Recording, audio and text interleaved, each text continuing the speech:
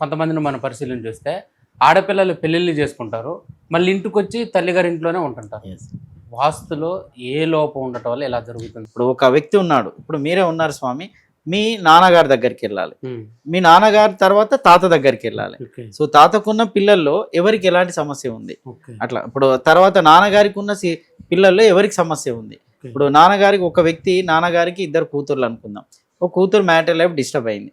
So అతనికి కొడుకు కూడా ఉంటాడు కదా, కొడుకు పుట్టే ఆడపిల్లల్లో వచ్చే ఛాన్స్ ఉంటుంది.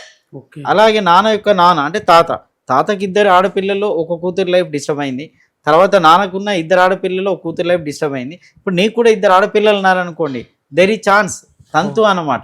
ఓకే. ఇలా స్టెప్ బై స్టెప్ వస్తుంది. అక్కడ ఇంట్లో చూస్తే కనబడదు, అది ఓకే. ఇంట్లో చూస్తే ఏం కనబడదు, ఓకే. అందరు వాస్తు బాగానే ఉంది అనుకుని వెళ్ళిపోతారు. ఇట్లా కూడా మనం క్యాచ్ చేయొచ్చు. ఓకే. మా తాతగారికి ఇద్దరు పిల్లలు ఆడపిల్లలు, ఉమ్. సో దాంట్లో ఒక సిస్టర్ లైఫ్ డిస్టర్బ్ అయింది, మ్యారిటల్ లైఫ్. మా నాన్నగారికి ఇద్దరు ఆడపిల్లలు, దాంట్లో ఒక సిస్టర్ లైఫ్ డిస్టర్బ్ అయిపోయింది. మళ్ళీ నాకు ఇద్దరు ఆడపిల్లలు, దాంట్లో ఒక అమ్మాయి లైఫ్ డిస్టర్బ్ అయ్యే ఛాన్స్ ఉంటుంది. అంటే దాన్ని తంతులాగా, అంటే వంశ పారంపర్యం ఇలా వెంటాడుతూ ఉంటుంది.